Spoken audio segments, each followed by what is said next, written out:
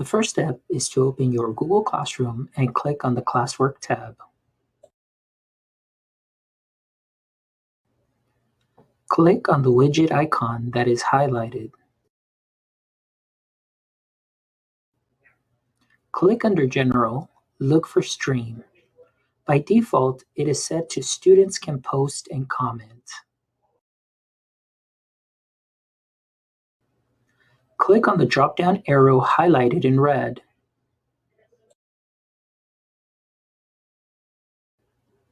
To turn off streaming, you can select Only Teachers can post or comment. This will allow you to be the only one that can comment.